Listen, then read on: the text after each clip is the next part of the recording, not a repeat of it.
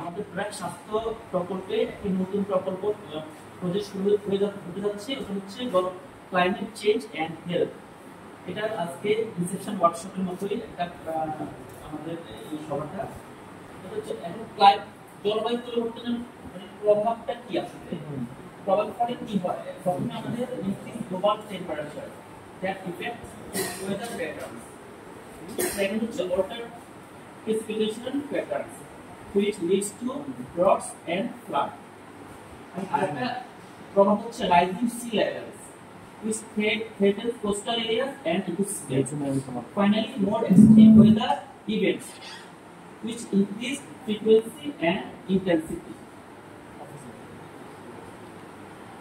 এটা একটা প্রকল্প ওভারভিউ।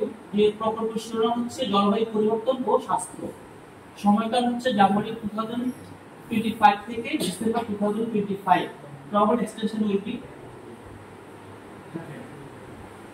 বাস্তবায়নের সংস্থা হচ্ছে জাতীয় ম্যালেরিয়া নির্মূল ও এডস বাহিত মশা রোগ নিয়ন্ত্রণ কর্মসূচি, সংক্রামক রোগ নিয়ন্ত্রণ পিডিসি, স্বাস্থ্য অধিদপ্তর, রোগ তথ্য, রোগ নিয়ন্ত্রণ ও গবেষণা ইনস্টিটিউট সরকারি জেলাগুলো প্রদর্শন করছে। আচ্ছা, জলবায়ু সংবেদনশীল রোগগুলো কি কি?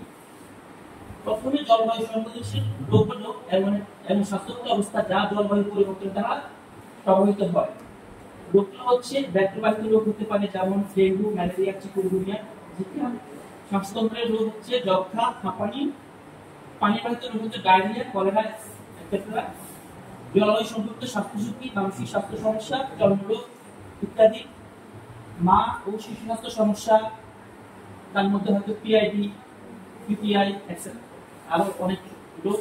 তাপমাত্রাজনিত সমস্যা, এক্সিস্টেন্ট, স্ট্রোক, নিউমোনিয়া এবং নন কমিউনিকেবল ডিজিজ যেমন উচ্চ রক্তচাপ, ডায়াবেটিস ইত্যাদি।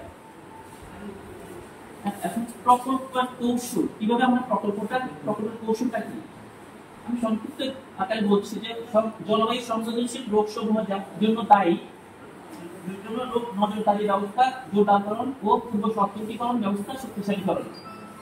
আরেকটা কৌশল হচ্ছে জলবায়ু পরিবর্তনের জন্য ঝুঁকিপূর্ণ জনগোষ্ঠীর মধ্যে জলবায়ু সহনশীলতা গড়ে তোলা। এবং নেক্সট হচ্ছে জলবায়ু সম্পর্কিত রোগ ব্যবস্থাপনায় হেলথ ম্যানেজার এবং স্বাস্থ্যকর্মীদের দক্ষতা বৃদ্ধি করা। দেন জলবায়ু সহনশীল স্বাস্থ্য ব্যবস্থা গঠন করা এবং কমিউনিটির অংশগ্রহণ, সম্পৃক্ততা এবং বিভিন্ন স্টেক হোল্ডারদের সাথে সমন্বয় সাধন করা। এটা হচ্ছে কৌশল। দেন কার্যক্রম, আমরা কি কার্যক্রম মানে এই প্রকল্পের আওতায় এটা একটা শর্ট ডেসক্রিপশন দিচ্ছি।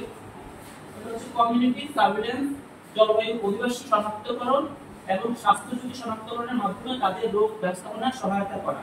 এটা আমাদের মূল লক্ষ্য। আর হচ্ছে ম্যালেরিয়া হটস্পট ম্যাপিং, শনাক্তকরণ শক্তিশালী করা এবং প্রশিক্ষণের মাধ্যমে জলবায়ু সম্পর্কিত রোগ ব্যবস্থাপনায় হেলথ ম্যানেজার এবং আমাদের স্বাস্থ্যকর্মীদের সক্ষমতা বৃদ্ধি করা বিভিন্ন ধরনের ট্রেনিং এর মাধ্যমে। এবং জলবায়ু সহনশীল স্বাস্থ্য ব্যবস্থা গড়ে তোলা, ঝুঁকিপূর্ণ ও কার্যকরী নীতিকে স্বাস্থ্যকর্মীর মাধ্যমে সহায়তা প্রদান করতে দুর্যোগকালীন সময়ে স্বাস্থ্যসেবা চালু রাখা যায়। আর একটা মেইন কার্যক্রম হচ্ছে স্বাস্থ্যকর্মী। আরেকটি গুরুত্বপূর্ণ আমাদের কার্যক্রম হচ্ছে স্বাস্থ্যকর্মীদের মাধ্যমে জলবায়ু সংবেদনশীল রোগসমূহ স্ক্রিনিং করা এবং হাসপাতালে অথবা যে কোনো স্বাস্থ্য নিকটবর্তী ক্লিনিকে রেফার নিশ্চিত করা। ইতিমধ্যে আমাদের ফিল্ড পর্যায়ে আমাদের স্বাস্থ্যকর্মী নিয়োগ দেওয়া হয়েছে। তারা ডোর টু ডোর গিয়ে তারা রোগ স্ক্রিনিং করে এবং তাদের রেফারটা নিশ্চিত করছি আর কি। আর জলবায়ু সংবেদনশীল রোগ সম্পর্কে সচেতনতা করা বিভিন্ন কমিউনিটি, স্পেশালি আমাদের জলবায়ু অধিবাসী যে সমস্ত এলাকাতে আমাদের যেমন চর অঞ্চলে অথবা যেখানে জলবায়ু অধিবাসন বেশি আছে এবং গর্ভবতী নারী এবং শিশুদের রোগ স্ক্রিনিং করে তাদেরকে ট্রিটমেন্টের আওতায় আনা। আর ভেক্টরবাহিত রোগের বিশেষ করে ডেঙ্গু প্রজনন উৎস ধ্বংস করার জন্য আমাদের পরিষ্কার পরিচ্ছন্নতা এবং প্রচারণা অভিযান চলছে। এগুলো হচ্ছে আমাদের প্রকল্পের মূল কার্যক্রম সমূহ।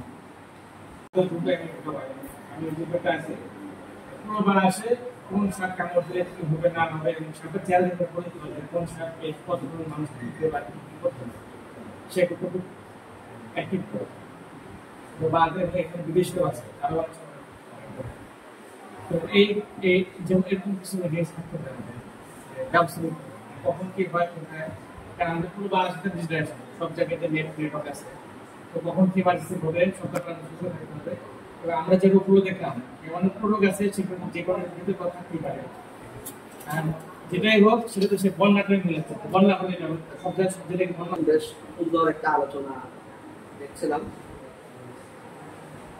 জলবায়ু পরিবর্তন সম্পর্কিত যে স্বাস্থ্যগত ঝুঁকি যে বিভিন্ন রোগের বিষয়ে আমরা শুনছিলাম এখানে কিছু মত পার্থক্য আমরা দেখতে পেয়েছি যাই হোক এই আলোচনার মাধ্যমে আমি আশা করছি এই বিষয়গুলো একটা সমাধান হবে মূলত যে বিষয়টা এই প্রকল্প যেটা এখানে ইমপ্লিমেন্টেশনে যাচ্ছে সেটা হচ্ছে এই এলাকা মানুষের যাতে উন্নয়ন হয় বা তাদের যে স্বাস্থ্যগত যে সমস্যাগুলো আছে সেই সমস্যাগুলো যাতে সমাধান হয় সেটাই মূলত এই প্রকল্পের বিষয় তো আমি আশা করবো যে ব্র্যাক তাদের এই প্রকল্পটা ভালোভাবে ইমপ্লিমেন্টেশন করবে শতভাগ ইমপ্লিমেন্টেশনে যাবে এবং তাদের যে লজিস্টিক সাপোর্টগুলো দেওয়া দরকার বিভিন্ন ট্রেনিং তারা সেগুলো ভালোভাবে দেবে অন্যান্য যদি সাপোর্ট দেওয়া যায় সেটা আপনারা চেষ্টা করবেন যদি আপনারা বলেছেন যে সেই ধরনের সাপোর্ট হয়তো আপনাদের নাই কিন্তু তাও আপনারা চেষ্টা করে দেখতে পারেন এই বিষয়গুলো হেল্প করা যায় কিনা যেমন সাথে জ্যাম ডেভেলপমেন্ট হয় এটা আপনারা চেষ্টা করেন এটা যদি অ্যাভেলেবল করা যায় আমাদের সামনে বর্ষাকাল এটা খুব বেশি উপকার হবে যদি আমরা এই বিষয়গুলো নিয়ে আসতে পারি এছাড়া অন্যান্য যে রোগগুলো আছে যেগুলো পানিবাহিত রোগ এই যে আমাদের এই হ্যাংচরের ছিঁড়ে চলে গেছে মেঘনা নদী বিশাল বড় নদী এবং বর্ষাকালে আমরা জানি এখানে প্লাবিত হয় সেটা আর আমাদের তার বক্তব্য বলেছেন এই পানিবাহিত রোগগুলো প্রতিরোধের জন্য আমাদের জনগণকে সচেতন করতে হবে পাশাপাশি যদি রোগ হয়ে যায় তাহলে সেক্ষেত্রে যে মেডিসিনগুলো সেগুলো যদি আপনারা হেল্প করতে পারেন আমাদেরকে সেটা আমাদের জন্য সুবিধাজনক হবে তো সর্বোপরি আপনাদের যে ট্রেনিং প্রোগ্রাম আছে সেই ট্রেনিং প্রোগ্রামটা যাতে ভালোভাবে সম্পন্ন হয় এবং এই প্রকল্পটা 25 সাল পর্যন্ত হয়তো এক্সটেনশন করতে পারে সেক্ষেত্রে আমি আশা করবো আপনাকে 100% ইমপ্লিমেন্টেশন করতে পারবেন এবং আপনাদের যে ধরনের সহযোগিতা আমাদের উপজেলা প্রশাসন থেকে দরকার আমরা সেই সহযোগিতা আপনাদের জন্য সবসময় থাকবে তো আপনাদের এই প্রকল্প এই প্রজেক্টের ব্র্যাকের জন্য শুভকামনা জানিয়ে সবার জন্য শুভকামনা জানিয়ে আমি আমার বক্তব্য শেষ করছি